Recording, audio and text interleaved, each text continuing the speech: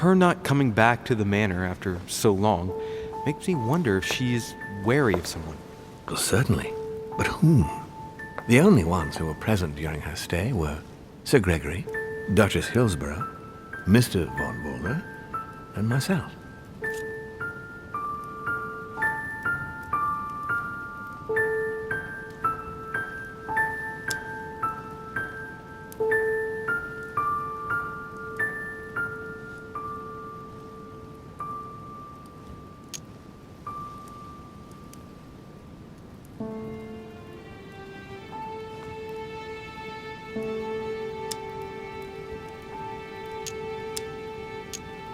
You forget Elizabeth Adams, my lord. That's true. But Gregory and I arranged it so that they wouldn't run into each other. I thought it had worked. Do you think that your mother felt she was in danger because of Elizabeth? It's possible. The only thing I can tell you is that Sarah had indeed changed. At the beginning of her stay here, we enjoyed spending time together, solving the world's problems.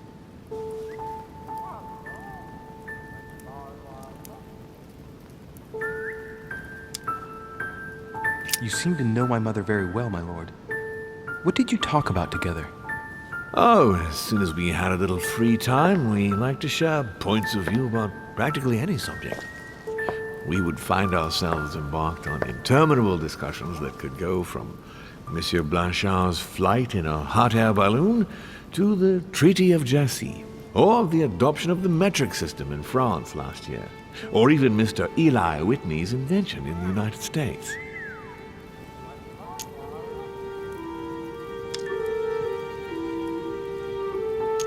Ah, yes. His famous cotton gin. It was supposed to revolutionize cotton production in the United States. It will revolutionize the world, Louis. The potential of this invention is much greater. Tomorrow, all industries will be switching to simple but large-scale production. Of that, I'm sure. I'm surprised she didn't get you started on the Crusades. It was her favorite subject. Are you joking? Sarah and I spent entire days together reliving them.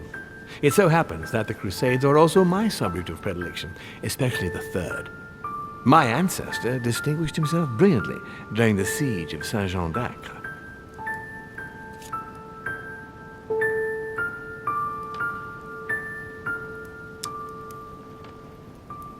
Mother lulled my childhood with tales of the Crusades. How Richard the Lionheart and Philip Augustus had to battle it out to achieve their ends, and how Guy de Lusignan, having broken his word, launched the siege of Saint-Jean d'Acre. Oh, I see Sarah's lessons have inspired new enthusiasts. Good on you, because not everyone can claim they know as much at your age. Your mother is a very well-read woman. You're quite lucky to have her as a model, Louis. Yes, I know. But I'm still very worried. I must admit, there are worse things to worry about now, Louis. What do you mean? Since she disappeared, your mother has been seen once. Her behavior on the evening of your arrival greatly surprised Gregory and myself. She resurfaced to attack Emma, Emily Hillsborough's twin sister. And she shot her with a pistol. Then, before Gregory could intervene, she ran off and disappeared again. I beg your pardon? Hang on. That means my vision on the wharf, it was actually happening inside the manor. Mother shot Emily's sister? The very person she came looking for? Why would she do that? Excuse me, but between that and the childhood of Lady Adams, it's all a bit much for me to cope with. I need to piece it all together again to see things more clearly. You said that you spent a lot of time talking together at the beginning. What happened for that to change? I'm afraid I haven't much to tell you. The more the days went by, the more she withdrew into herself. She never gave me an explanation, until the day came when she purely and simply disappeared.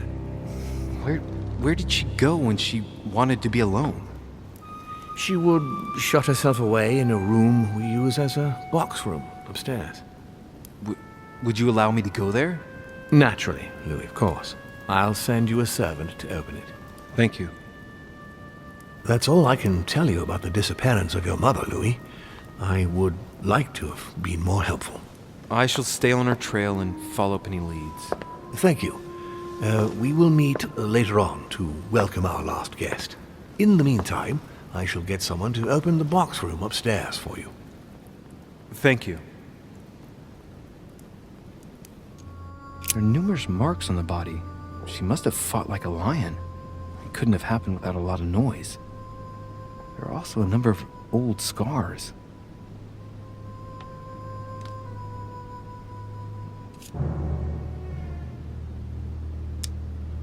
Scarring, ugh. Scarring isn't very regular, but they're mostly from old cuts.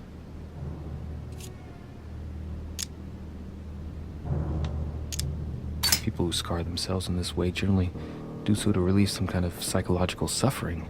By trying to master the pain, they establish their self-control.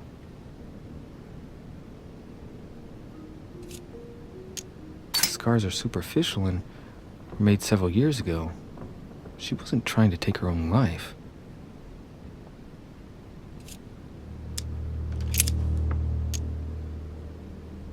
She had the Sigillum de Ameth tattooed on her, the symbol of the living God, written in the language of angels, according to believers.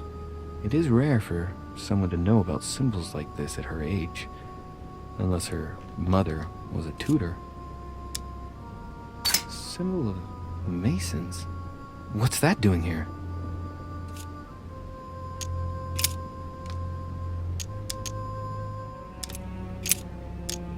I count no fewer than 9 wounds on the thorax, with a lot of blood.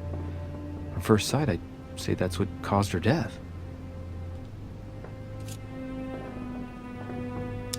The wounds are clean and look like they've been inflicted by a sharp object. Some of the lacerations have damaged vital organs, the heart, the right lung, which is perforated. Most of them weren't given with much force. She might even have survived. But the stab in the heart, though not all that deep, sealed her fate.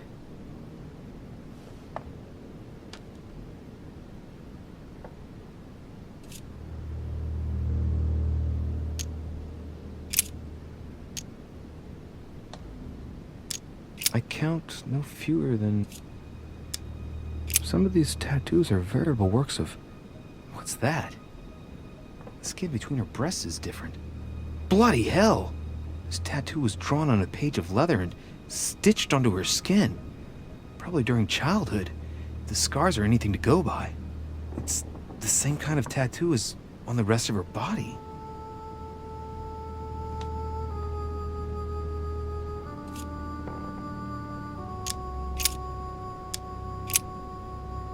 I see no sign of bruising on the skull. The only clue is a scar from a previous craniectomy. Poor Elizabeth, she must have been very young when she went through all that. That's torture. She also has old scars around the neck, maybe mutilations.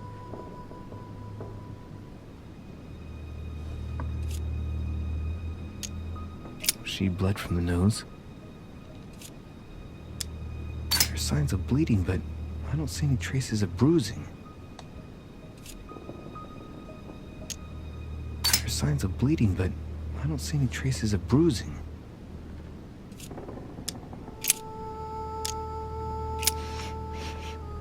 What a strange smell.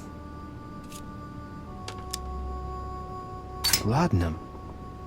Certain courtiers use it to get drunk. If taken in large quantities, it can provoke fits of madness.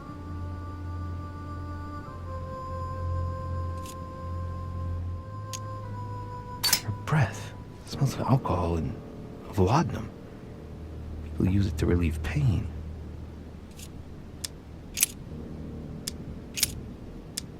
No wounds, but blood on the right hand. Nothing on the left except that tattooed symbol. This pinnacle is a trap. The wearers of the pinnacle thought that they were protected from evil by surrounding it inside the different circles of the pinnacle.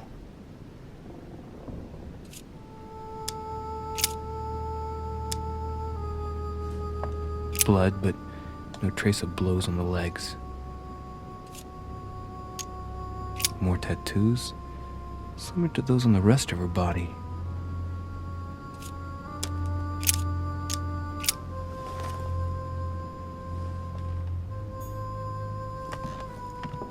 A knocked over bottle of wine.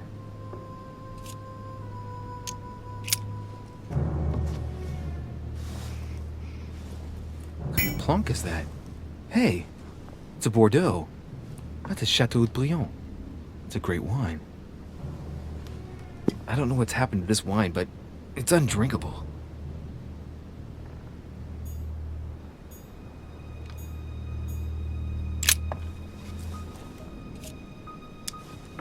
The blade is short and thin, well sharpened, apparently. It's covered in blood. Still fresh. The lower part of the handle is unsullied by blood. The murderer gripped the weapon so tight that there's no blood where he held it. The handprint indicates a small and slender hand.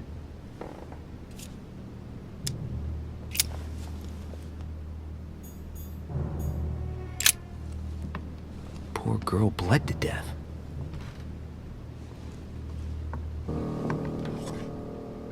Whoever left that footprint has boats for feet. That's at least a size 15. Where's a size like that here? Peru? Washington, maybe.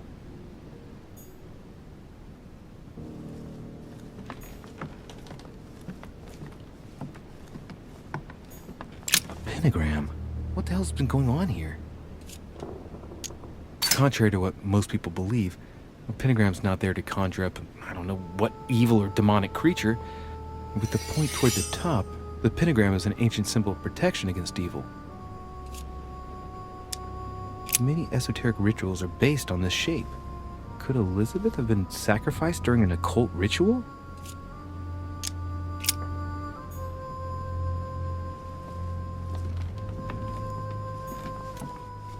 Vials of laudanum. The label shows that this laudanum comes straight from America. I wonder if Washington's involved.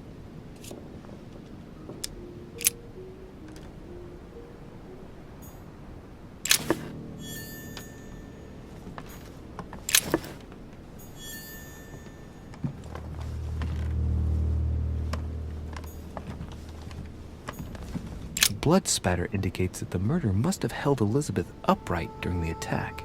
Even if Elizabeth wasn't very big, I doubt she wouldn't have put up a struggle. It takes tremendous strength to overpower someone like that.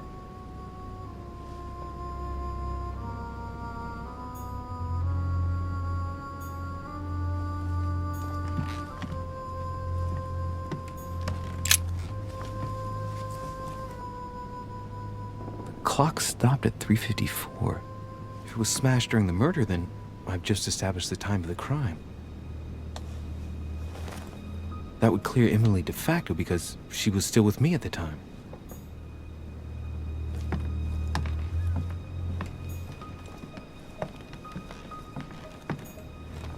A notebook, written in Elizabeth's handwriting. It is written in a mix of several languages. Not too easy to work out.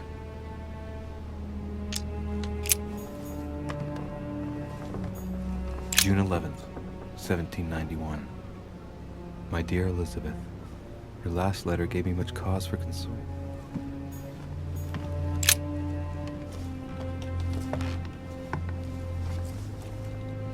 A pistol? Fairly new, I'd say, and judging by the weight of it, fairly light.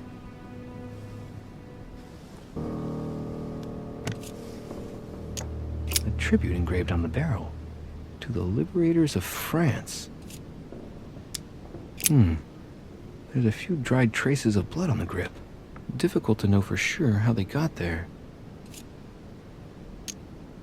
It's extremely well maintained. The barrel is perfectly clean. It isn't loaded, and there's no traces of gunshot residue. I'd conclude that it hasn't been used recently. Right. I shall have to find its owner.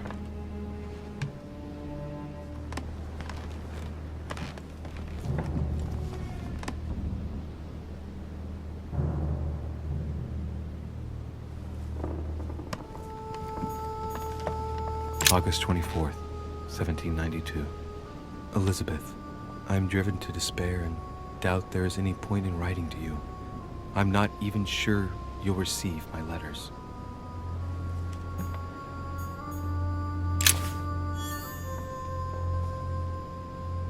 "30 November, 1791. My dear sister, the cancellation of our reunion hit me like a stab to the heart. Father told me it was for your well-being, but... August 24th, 1792. A novel of the initiation of a young woman into polite society.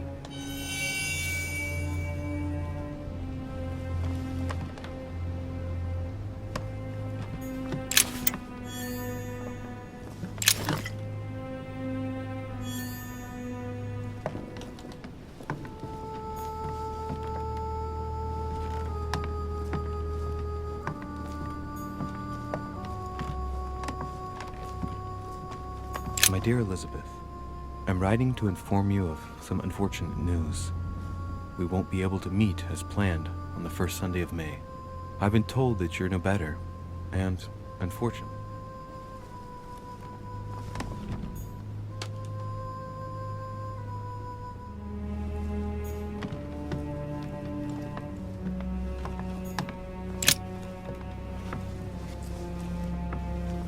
A chest with a half-circle pattern.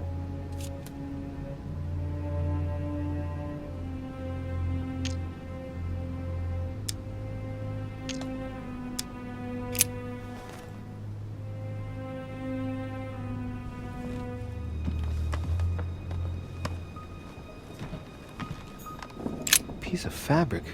High quality at that. I'd say it's silk. Going by the texture and the gray hue, it must come from a dress, that kind that women of quality wear.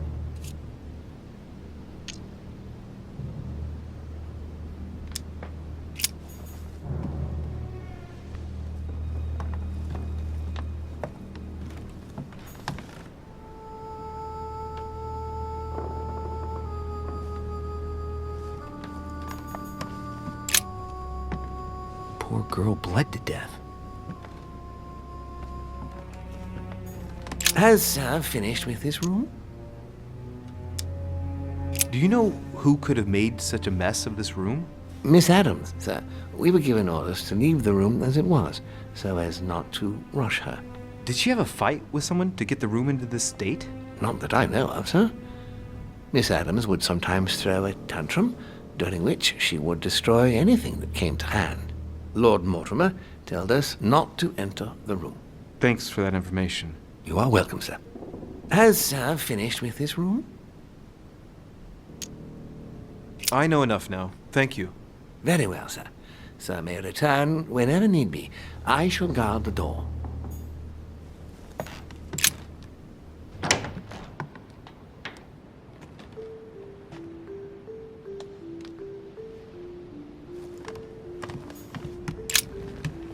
Good day, Monsieur de Richet. Mr. Volner, are you looking for anything in particular? Next to Elizabeth's room? No, nothing special.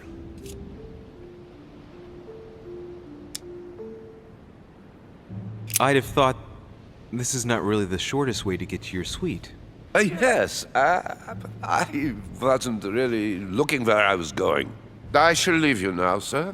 I will return to my room.